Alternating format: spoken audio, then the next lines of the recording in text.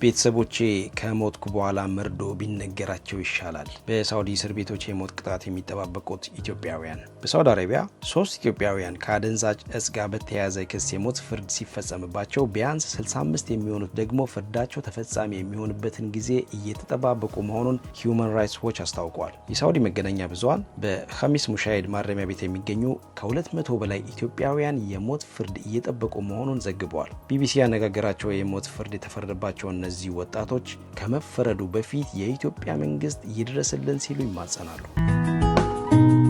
መከላከያ ሰራዊት ጽምዶን በተመለከተ በኢትዮጵያ ለሚገኘው ዲፕሎማቲክ ማህበረሰብ አባላት ገለጻ መስጠቱን አስታወቀ። የኢትዮጵያ መከላከያ ሰራዊት ጽምዶ በሚባለው እንቅስቃሴ በኩል በኢትዮጵያ ሉዓላዊነት የሚቃጣ ስጋት ቢኖር ስለሚወስደው እርምጃ አገር ውስጥ ለሚገኘው ዲፕሎማቲክ ማህበረሰብ ማሳወቁን ገልጿል። የመከላከያ የውጭ ግንኙነትና ወታደራዊ ትብብር ዳይሬክተር ይህንን እንቅስቃሴ ወደ መሬት እናወርደዋለን ብለው ስንዝር እንቅስቃሴ የሚያደርጉ አካላትን አስጠንቅቀዋል።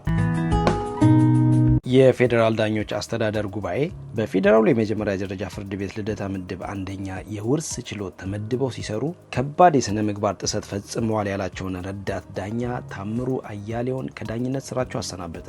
ረዳት ዳኛው በእጃቸው ላይ ከነበረ የውርስ መዝገብ ጋር በተያያዘ ከተከራካሪ ወገን ጋር ግንኙነት በመፍጠር ተገቢ ያልሆነ ጥቅም መጠየቃቸውን አስተዳደር ጉባኤው ገልጿል። የአስተዳደር ጉባኤው ረዳት ዳኛው የፍርድ ቤት ሚስጥርና መረጃ የሆኑ የባንክ ምላሾችን አስቀድመው ለተከራካሪ ወገን ጠበቃ አጋርተዋል በማለት ወንጅሏል። ረዳት ዳኛ የቀረበባቸውን ክስ እንዲከላከሉና ምላሽ እንዲሰጡ ባለፈው ሐምሌ 2017 ጉባኤው መጥሪያ ቢሰጣቸውም ሊቀርቡ ባለመቻላቸው ከስራ ገበታቸው እንዲሰናበቱ ውሳኔ ማሳለፉ ተሰምቷል። በኦሮሚያ ክልል ታግተው የነበሩ የፊንጫ ስኳር ፋብሪካ ሰራተኞች መለቀቃቸው ተገለጸ። በኦሮሚያ ክልል ሆሮ ጉድሩ ወለጋ ዞን ሱሉለ ፊንጫ ወረዳ ውስጥ በሸንኮራ አገዳ ተከላ ስራ ላይ ሳሉ በታጣቂ ኃይሎች ታግተው የነበሩ ከ100 በላይ የፊንጫ ስኳር ፋብሪካ ጊዜያዊ ሰራተኞች መለቀቃቸውን ዶቼቬሌ የዜና ምንጮችን ዋቢ በማድረግ ዘገበ። ከእገታው ከተለቀቁት ሰራተኞች አንዱ ሁኔታውን ሲያስረዳ ባለፈው እሁድ ከቀኑ 8 ሰዓት አካባቢ ነሼ ወደ ተባለ አካባቢ ይዘውን ሄዱ። ከ24 ሰዓት በላይ ካቆዩን በኋላ ሰኞ ምሽት ለቀቁን። በእኛ ላይ የደረሰ ከባድ ጉዳት የለም፣ ነገር ግን አንድ ሰው ተደብድቧል ብሏል። በሲዳማና ኦሮሚያ ክልሎች አዋሳኝ ድንበሮች ላይ ሰሞኑን በተቀሰቀሰ ግጭት ለጊዜው ቁጥራቸው ያልታወቁ ሰዎች ሕይወት ጠፍቷል። በግጭቱ በርካቶች የአካል ጉዳት እንደደረሰባቸውና ቤቶች እንደተቃጠሉ ዋዜማ ሰምታለች። ግጭቱ ለ2 ቀናት የተካሄደው በምስራቃዊ ሲዳማ ዞን ጭሬ ወረዳ ጉቦ ሄማ በሚባል ቀበሌና በምስራቅ ጉጂ ዞን ሀራፉማ ወረዳ አዋሳኝ አካባቢዎች ነው። የሲዳማ ክልል ሰላምና ጸጥታ ቢሮ ፌዴራል ፖሊስ በአካባቢው መሰማራቱን ተከትሎ አንጻራዊ ሰላም መስፈኑን ገልጾ ሆኖም ጉቦ ሄማ አካባቢ የተፈጠረው ግጭት ወደ አሮሬሳ ወረዳ መዛመቱን ምሽት አስታውቋል። የሲዳማ ፌዴራሊስት ኮንግረስ የተቃዋሚው ፓርቲ ማለት ነው መንግስት ግጭቱን ያባባሱ አካላትን ማንነት አጣርቶ ተጠያቂ እንዲያደርግ ጠይቋል። ውጭ ጉዳይ ሚኒስቴር ኢትዮጵያ ቀይ ባህር ላይ የባህር በር ለማግኘት የምታደርገውን ጥረት ለማሰናከል ግብጽ ጥረት በማድረግ ላይ ናት በማለት ከሰሰ። የውጭ ጉዳይ ሚኒስቴር ቃል አቀባይ አምባሳደር ነቢያት ጌታቸው ግብጽ በቀጠናው የምታደርገው እንቅስቃሴ የኢትዮጵያን ቀይ ባህር ላይ የባህር በር የማግኘት ግብ እንዳይሳካ የመክበብ የማሰናከልና በቀጠናው ውስጥ ውጥረት የመፍጠር አካሄድ ነው በማለት ትላንት በሰጡት ጋዜጣዊ መግለጫ ላይ ተናግረዋል። ሆኖም ኢትዮጵያ የባህር በር የማግኘት ግቧን ሰላማዊና ዘላቂ በሆነ መንገድ ለማሳካት እንደምትገፋበት የገለጹት ቃል አቀባዩ ለዚህም ኢትዮጵያ ቀጠናዊና ዓለም አቀፋዊ ድጋፍ ማግኘቷን ጠቅሰዋል። ቃል አቀባዩ ነቢያት የኢትዮጵያ የባህር በር ባለቤት አለመሆን ለዘላለም ሊቀጥል አይችልም በማለትም አጽንኦት ሰጥተዋል። በአውሮፓውያኑ አቆጣጠር 2027 የተባበሩት መንግስታት ድርጅት የአየር ንብረት ለውጥ ጉባኤን የምታስተናግደው ኢትዮጵያ የተባበሩት መንግስታት ድርጅት ጠቅላላ ጉባኤ በከፍተኛ ድምፅ ያጸደቀውን በአየር ንብረት ዙሪያ የአገራትን ግዴታ በሚደነግገው ውሳኔ ላይ ድምፅ ተአቅቦ አደረገች።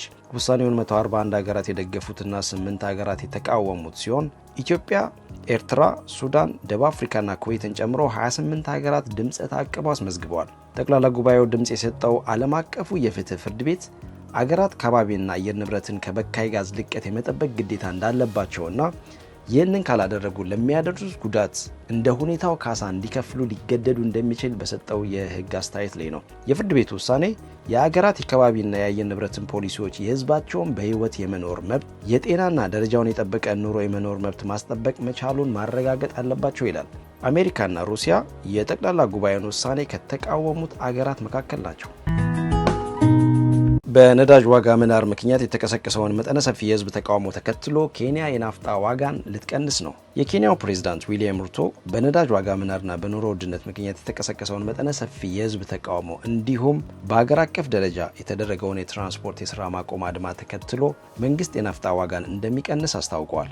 ሮይተርስ እንደዘገበው ፕሬዝዳንት ሩቶ በቴሌቪዥን ባደረጉት ንግግር በሸማቾች ላይ የሚደርሰውን ጫና ለማቃለልና የነዳጅ ማደያ ዋጋን ለማረጋጋት ታሳቢ ካደረጉ እርምጃዎች መካከል የናፍጣ ዋጋ በ1 ሊትር በ10 የኬንያ ሽሊንግ በግምት $0.07 እንደሚቀንስ ተናግረዋል። ውሳኔው ለህዝብ ይፋ የተደረገው የህዝብ ትራንስፖርት ኦፕሬተሮች የነዳጅ ዋጋ በከፍተኛ ሁኔታ ማደጉን በመቃወም በመላው ኬንያ ለ2 ቀናት የዘለቀ የስራ ማቆም አድማ ካደረጉ ከጥቂት ቀናት በኋላ ነው። በተቀሰቀሰው ተቃውሞ ቢያንስ 4 ሰዎች መሞታቸውና ወደ 30 የሚጠጉ ሰዎች መቁሰላቸው የተዘገበ ሲሆን ክስተቱም ከኃይል አቅርቦት ዋጋ መጨመር ጋር ተያይዞ በናረው የኑሮ ውድነት ላይ የህዝቡን ከፍተኛ ቅሬታ የሚያሳይ እንደነበር ተዘግቧል።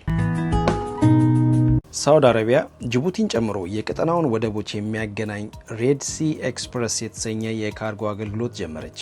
የካርጎ አገልግሎቱ የሳውዲ አረቢያውን የንጉስ ፏድ የኢንዱስትሪ ወደብ ከግብፅና የዮርዳኖስ ወደቦች ጋር እንዲሁም የጅዳ ወደብን ከጅቡቲና ኦማን ወደቦች ጋር የሚያገናኝ መሆኑን የአገሪቱ ዜና ምንጮች ዘግበዋል። ቀጠናዊው የካርጎ አገልግሎት በቀጠናው የሚንቀሳቀሱ የንግድ መርከቦች የሚፈጅባቸውን ጊዜና የትራንስፖርት ወጪ ለመቀነስና ከነዳጅ ውጭ የሆኑ የሳውዲ አረቢያ ምርቶች በቀጠናው ተወዳዳሪ እንዲሆኑ እንደሚያስችል ዘገባው ጠቅሷል።